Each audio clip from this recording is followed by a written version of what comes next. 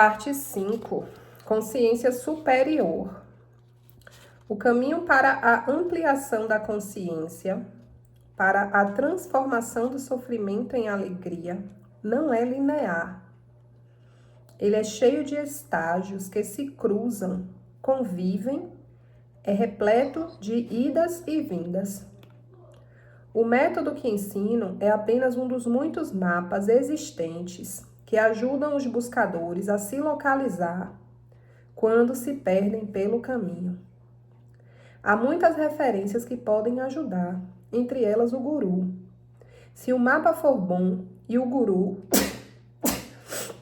estiver fazendo um bom trabalho, o buscador aprenderá ao longo da jornada que as respostas também nascem dentro dele mesmo.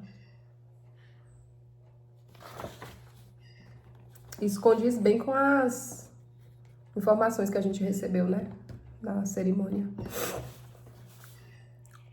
Vamos falar sobre a metodologia que eu utilizo no meu trabalho, que consiste em conduzir quem estiver disposto a me ouvir a encontrar o caminho da morada sagrada. No primeiro contato, ocorre um diagnóstico que consiste em avaliar onde cada um está, até onde pode chegar e o que precisa ser feito para realizar esse trânsito. Aqui ele está falando da transição do eu inferior para o eu superior. Como vimos, a entidade humana em evolução consiste em um complexo de energia dotado de vários corpos, sendo os principais o físico, o emocional, o mental e o espiritual. Esses corpos carregam condicionamentos, marcas criadas a partir das ações realizadas na busca da felicidade. O que sustenta e alimenta esses condicionamentos inconscientes são os sentimentos negados, originados por traumas que criaram uma concepção errônea da vida.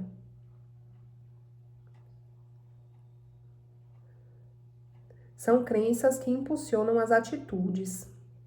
Podemos dizer então que os corpos carregam um complexo de sentimentos e memórias que dão origem a crenças, conceitos e concepções que guiam o nosso comportamento. Esses complexos agem como bloqueios do fluxo de energia vital. Então, todo o nosso sistema de crenças, ele é pautado nas nossas vivências, nas nossas memórias, né? Tanto dessa encarnação atual, quanto das encarnações passadas. As vivências traumáticas, as vivências negativadas, geraram em nós crenças destrutivas, autossabotadoras, crenças limitantes, né? E as boas vivências geram em nós as crenças fortalecedoras, né? As crenças impulsionadoras. E são justamente todos esses conceitos e concepções que guiam a nossa jornada, o nosso caminho. Só que esses complexos também, eles podem vir a bloquear a nossa energia vital, né? O nosso fluxo de energia vital, de subir e descer. Eu vejo muito conectado à energia da própria Kundalini, que passeia através dos 7 chakras principais, né? Vamos distinguir a seguir as etapas do método que utilizo para ajudar quem me procura a desenvolver a consciência amorosa, que é a cura dos condicionamentos. Ou seja, o caminho para a cura desses condicionamentos é a consciência amorosa. Quanto mais a gente desenvolve essa consciência amorosa, mais a gente vai purificando os sentimentos, né, as crenças autossabotadoras, destrutivas. E mais a gente vai fortalecendo e dando ênfase, dando passagem para aquilo que é bom, que ficou armazenado nas nossas memórias também possa se manifestar. Primeira etapa, tornar-se um observador de si mesmo. A primeira fase do método eu chamo de ABC da espiritualidade, uma metodologia de autoconhecimento de cunho psicoespiritual, desenvolvida por mim. O ABC da espiritualidade guia o buscador através da primeira etapa do processo de desenvolvimento da consciência, que diz respeito à purificação e transformação do eu inferior. O estudo dos padrões e comportamentos negativos que muitas vezes encontram-se inconscientes é o ponto de partida para a jornada espiritual autêntica. Ou seja, não existe uma jornada espiritual autêntica se eu não estou disposta a me auto-observar, se eu não estou disposta a encarar as minhas sombras, se eu não estou disposta a entender o que de crença negativa, o que de crença limitante, o que de crença autodestrutiva eu alimento dentro de mim, né? Não tem jornada autêntica. Se eu não olho para tudo isso e se eu não começo a trabalhar nisso, né? A metodologia do ABC inclui algumas ferramentas como retiros, grupos de estudos, vivências e processos individuais, que estão em permanente evolução. Essas ferramentas são aplicadas por facilitadores treinados por mim e acontecem principalmente nos centros da linhagem Sacha ao redor do mundo. Aqui, como já vimos, a base é o Jnana Yoga e suas variações. Trata-se de um trabalho de cura que se inicia com a autoinvestigação e a autoobservação, que permitem a cada um identificar o seu sistema, identificar os próprios condicionamentos e os conceitos mentais presentes no seu sistema. Ou seja, o objetivo maior dele é facilitar para que cada um desenvolva a sua maestria, para que cada um busque entender e compreender quais são os seus condicionamentos e trabalhar nesses condicionamentos. Esse trabalho possibilita a liberação dos sentimentos negados e suprimidos, o que permite a interrupção da repetição do comportamento negativo.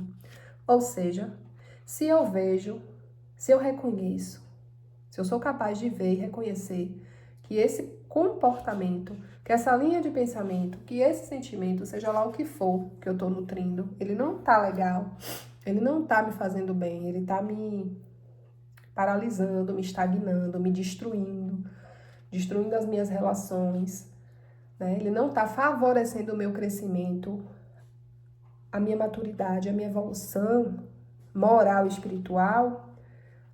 Automaticamente eu vou me corrigindo e eu vou modificando esse padrão. E assim eu consigo interromper esse fluxo de forma consciente, fazendo algo e sabendo exatamente o que é que eu estou fazendo e por que que eu estou fazendo, né? Então, nossa, se eu já identifiquei que isso não é legal, eu vou parar logo. E eu vou parar porque eu não quero ficar me lascando a vida toda, né? Repetindo ciclos o tempo todo. A meditação durante esse primeiro estágio é um processo de autoinvestigação que chamo de meditação analítica. Independentemente da técnica que você utiliza para meditar, essa prática é um autoestudo e tem como objetivo fortalecer o observador. Este é o ensinamento primordial, a autoobservação, pois ela é a principal ferramenta nesse estágio de evolução da consciência. Todos os que iniciam a busca espiritual já têm alguma prática de autoobservação, mas nem sempre estão focados no que é essencial.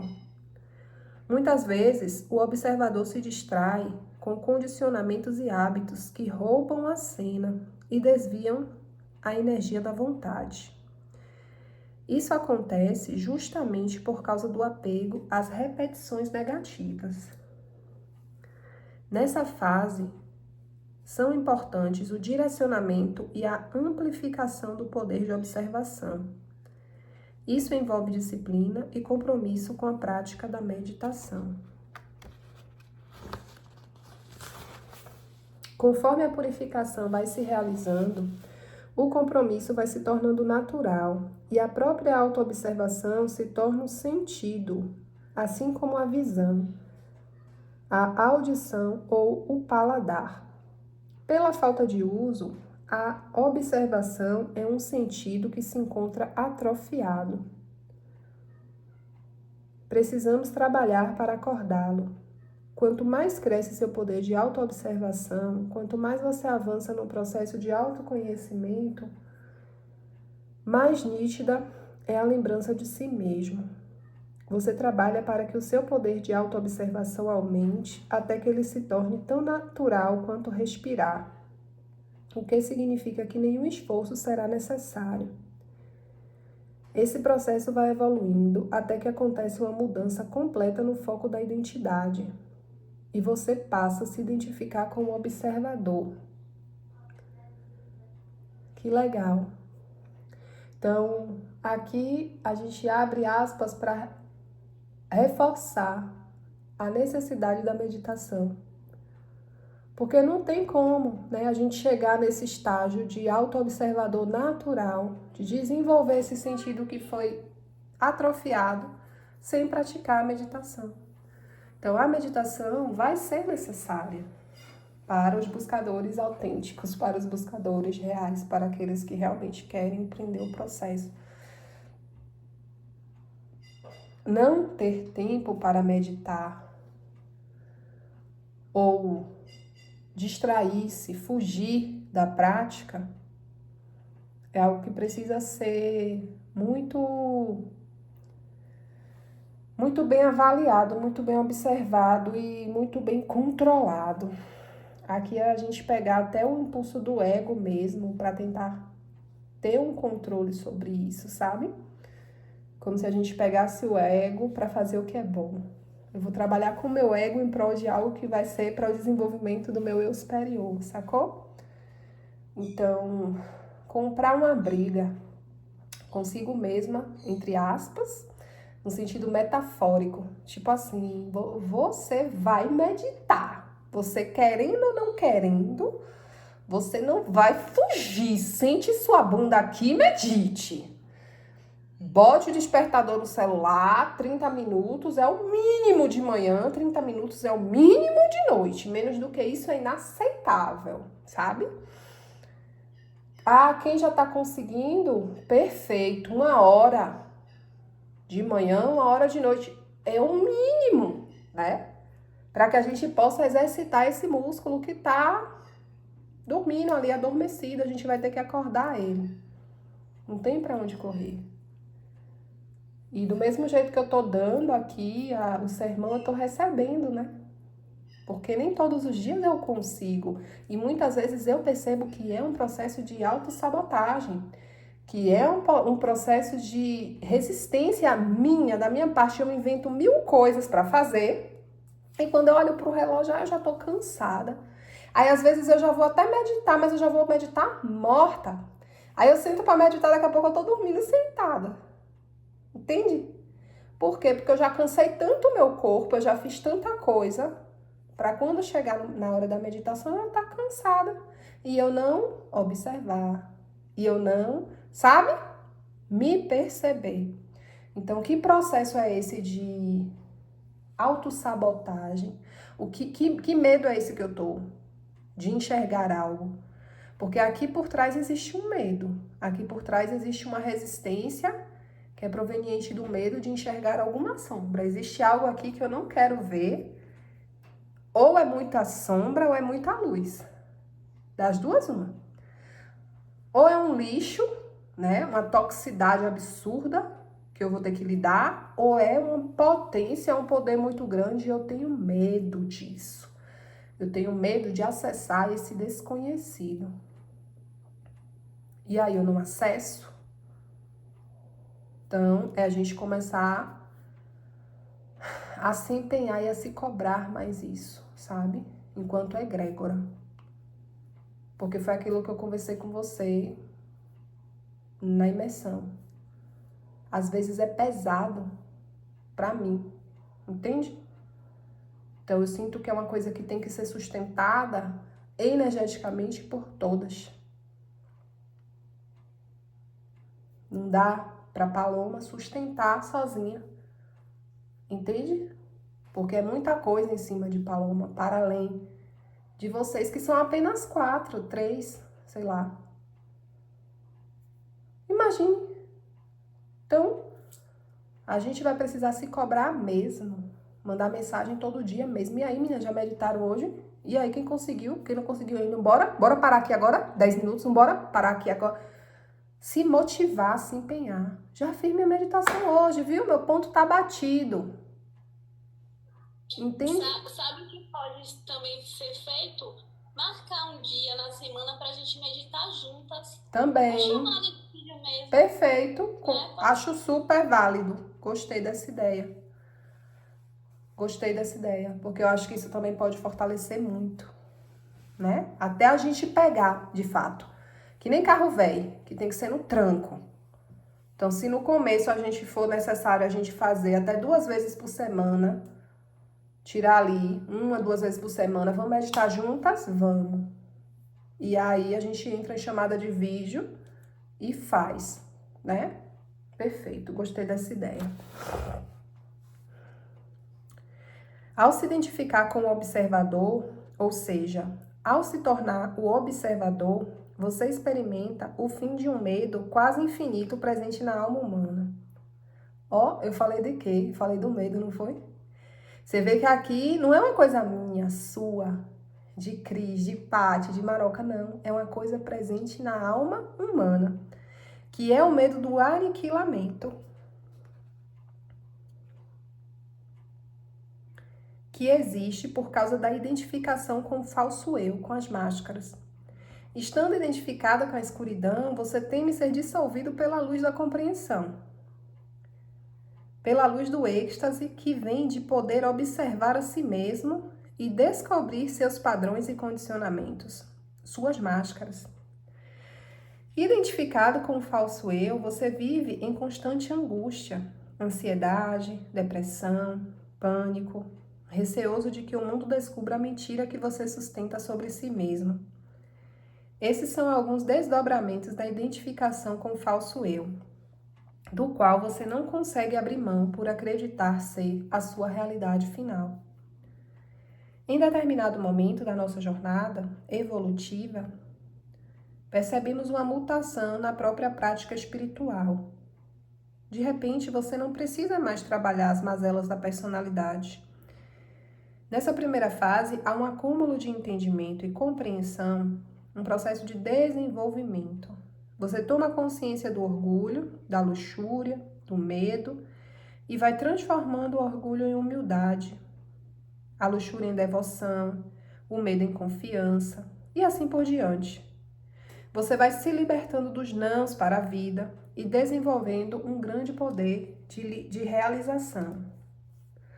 O desenvolvimento continua e quando você está bem grande, se sentindo forte e inteligente, o tapete sob os seus pés é puxado e inicia-se um processo de desconstrução em que somente a verdade pode permanecer.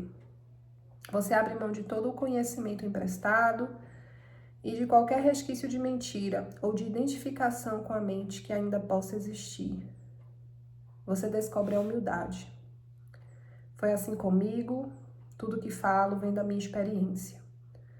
Nesse processo de purificação, fui adquirindo conhecimento e informação, até o ponto em que percebi que nada disso valia. Um dia olhei para os olhos do guru e compreendi. Disse a ele: não sei de mais nada, só sei do seu amor. Por favor, pegue minha mão e me leve. Então, começou a segunda fase do trabalho. E agora me deu vontade de chorar, porque eu tô percebendo que é como se eu estivesse fazendo essa transição da primeira para a segunda fase, sabe? Por isso vieram à tona tantas vontades de largar tudo, de abandonar tudo, de não fazer nada mais, porque muita coisa não faz mais sentido. Mas por que não faz mais sentido? Eu investi tanto tempo, tanto dinheiro em conhecimento, em várias coisas. Investi tanto, montar espaço, fazer, tá. Aquele choque, sabe? E exatamente dessa forma como ele narra. Primeiro a gente vai se trabalhando, modificando aqui os padrões, percebendo que tá conseguindo fazer um bom trabalho e a gente começa a se sentir grandão, Nossa, eu tô conseguindo, gratidão, gratidão, daqui a pouco, bah! O baque, porque tudo vai ruir debaixo dos pés. E agora, que desconstruiu tudo, o que é que eu faço com isso? Vamos ver, né? Segunda fase, conectar-se com o divino. Na segunda fase, a meditação deixa de ser analítica e passa a ser focada no vazio. Essa prática abre o caminho para a experiência do samadhi, ou samadhi, o êxtase divino que proporciona a purificação das últimas camadas de identificação com o falso eu. Nesse estágio, acontece o que chamo de ativação da consciência maior, que é a lembrança da sua verdadeira natureza. Isso não tem nada a ver com a cura das neuroses da criança ferida. A essa altura, o trabalho de cura dessas crianças já deve estar bastante avançado, se não concluído. Aí o trabalho deixa de ser psicoespiritual para se tornar puramente espiritual. Nessa fase, o eixo principal do trabalho é a entrega voluntária ao mistério maior, a natureza divina da existência, ou, se você preferir, a Deus. As ferramentas utilizadas nesse momento são Bhakti Yoga, devoção, e o Karma Yoga, serviço desinteressado.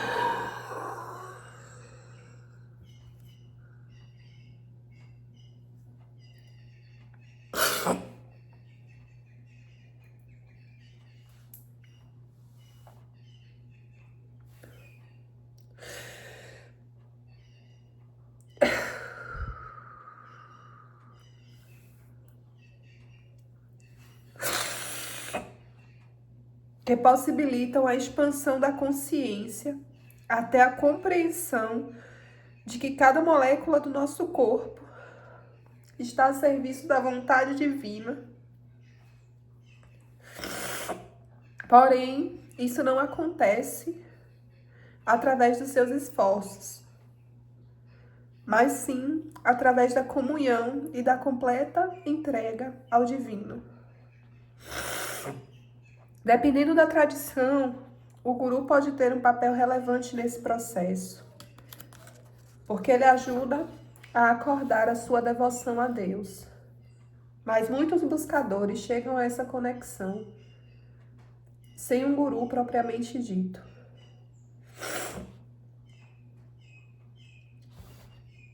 É engraçado como a gente pode ler o livro várias vezes, mas em cada vez que a gente lê, a nossa consciência, ela só consegue absorver aquilo que a gente está pronto naquele momento, né? E aí, conforme a gente vai se preparando, a nossa consciência vai expandindo e vai conseguindo absorver outras camadas mais profundas. E a gente consegue decodificar mais coisas. E agora eu sinto e vejo por que eu estou perdendo cada dia mais o interesse e a vontade em permanecer fazendo atendimentos com trocas monetárias.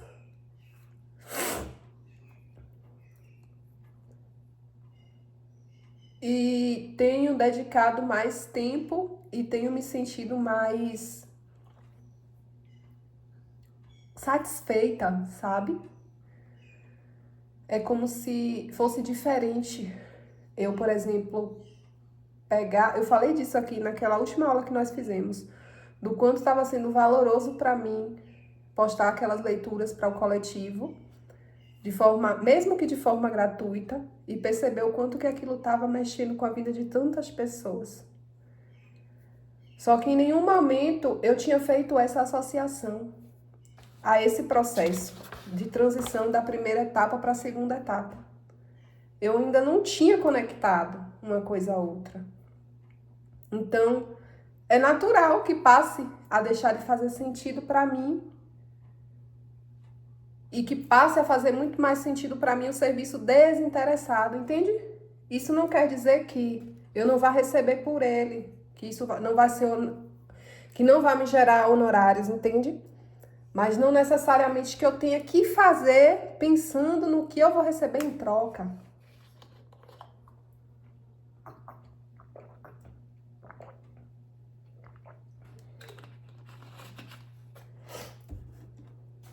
Sim, para a vida. O resultado desse processo, na prática, se traduz em uma equanimidade perante a realidade. Se você recebe um sim, está tudo certo. Se recebe um não, está tudo certo também. Se o dia está ensolarado, ótimo. Se o dia está nublado, ótimo. Não significa que você vai agir da mesma maneira em um caso e em outro. Você se adapta, mas sem resistir. Quando o dia está ensolarado, você pode aproveitar para passear, fazer um piquenique, dar um mergulho. Quando o céu está nublado, você se recolhe, medita, vai ler. Você não briga com a vida. Se o dia está nublado, não reclama. Porque todo dia tem sua beleza. E pode ser vivido de maneira bela se você está alinhado com esse grande mistério. Bem bonito, né? Nossa. E é bem o aprendizado que eu tô desenvolvendo aqui no Vale, velho. Agradecer os dias de chuva, os dias de sol, me adaptar, não reclamar, só bem dizer. É importante entender a natureza cíclica da energia. Ela se movimenta como uma onda. Às vezes você está no ápice da curva, às vezes você está no vale. Quando puder permanecer no mesmo estado de serenidade, tanto nas subidas quanto nas descidas, você estará em estado de equanimidade, o que significa que terá encontrado aquilo que nunca morre, o eterno. A síntese é muito simples.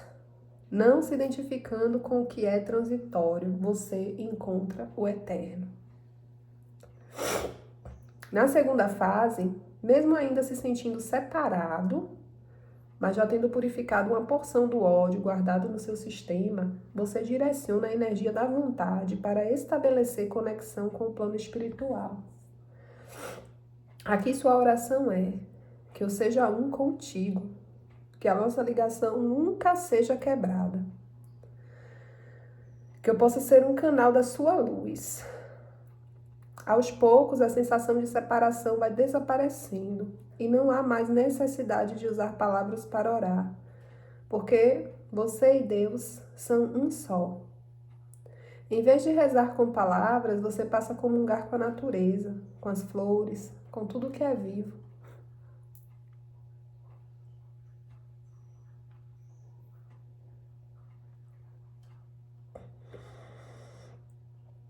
O sadhana é a prática espiritual do Guru Sachababa. É um movimento em direção à entrega. Maharaji certa vez disse: eu cheguei a uma conclusão. Quando você se entrega 100% ao seu mestre, você se ilumina. Eu cheguei à mesma conclusão.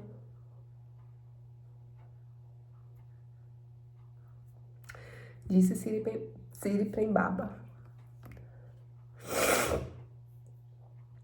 Um processo gradual. Um ponto que precisa ser compreendido é que as duas fases que descrevi se interpõem. Elas não estão separadas, estanques.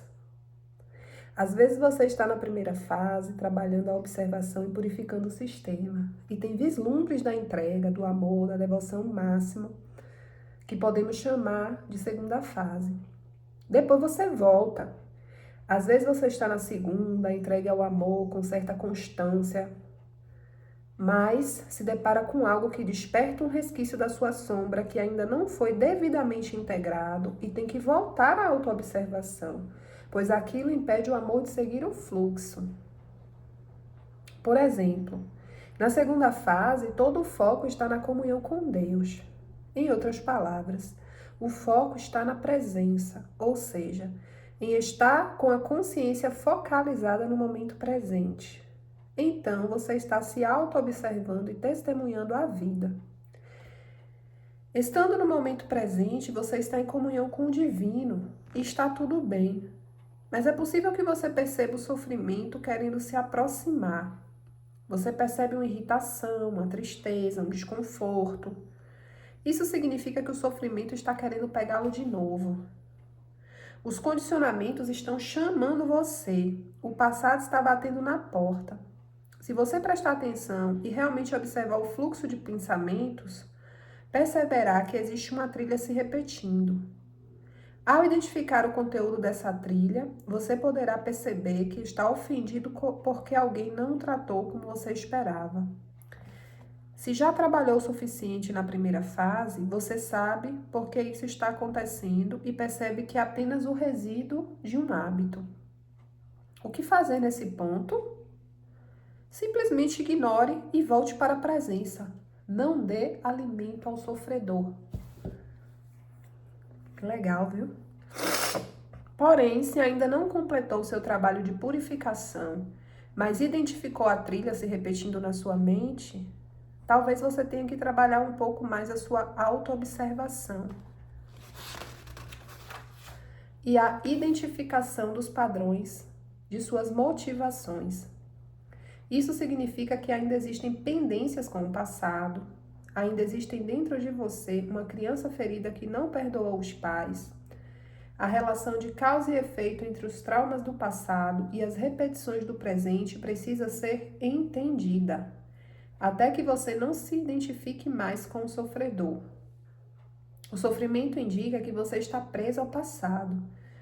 E o que prende são laços de ódio criados pela dor do abandono, da exclusão e do desamor.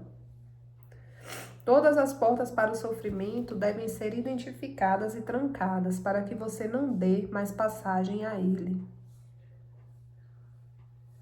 Forte aqui, viu? Todas as portas para o sofrimento devem ser identificadas e trancadas para que você não dê mais passagem a ele. E a passagem para o sofrimento se fecha quando você pode identificar com o observador e não mais com jogos da mente. Tendo desenvolvido o observador e podendo manter a presença, você já está pronto para o caminho da entrega, que é a antessala da iluminação. Ao se entregar por completo, inevitavelmente você se ilumina. Eu sempre digo que você se liberta do passado somente quando se harmoniza com ele. O que significa que você pode olhar para trás e verdadeiramente agradecer por tudo. Nesse ponto você está pronto para se libertar da identificação com a autoimagem e com o corpo. Você não é mais aquele que foi humilhado pelo pai ou pela mãe. Você é uma manifestação divina. Você está pronto para renunciar à personalidade e se identificar como observador, que se entrega para a totalidade e se rende por completo. A entrega é um fenômeno que não pode ser entendido com a mente. É difícil até falar sobre ela, pois ela acontece no silêncio. Eu preciso de muita atenção para tentar transformar essa verdade em palavras, pois sei que poucos podem compreender o silêncio. Nesses momentos, uma bela metáfora ajuda. Quando você esvazia, Deus o pega como se fosse um bambu oco, no qual pousa os lábios divinos e toca a sua verdade melodiosa através de você. Ó que lindo, né? Quando você se esvazia, Deus o pega como se fosse um bambu oco, no qual pousa os lábios divinos e toca sua verdade melodiosa através de você. Essa metodologia que estou compartilhando com você tem como objetivo ajudá-lo a esvaziar-se, a transformar-se no bambu oco de Deus. E a primeira fase consiste em limpar o lixo que obstrui a mente, o que ajuda você a transitar para o coração. Quando isso acontece, não tem mais conversa. No começo, eu ia até o meu guruji com muitas perguntas e ele respondia.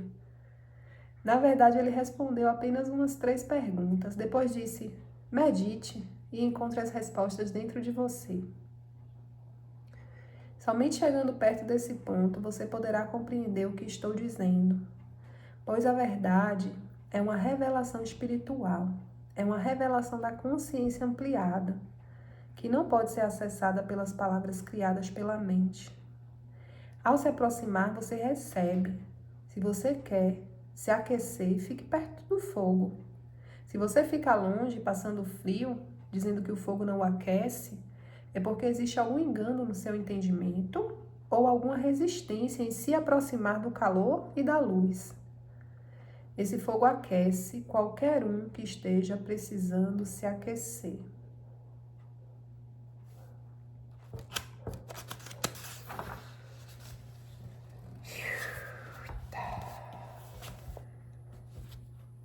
Que forte esse capítulo, viu? Gratidão profunda, Criador de todas as coisas. Gratidão profunda, Siri Prembaba. Gratidão a essa egrégora de luz por esses despertares e por essa expansão. Muita gratidão.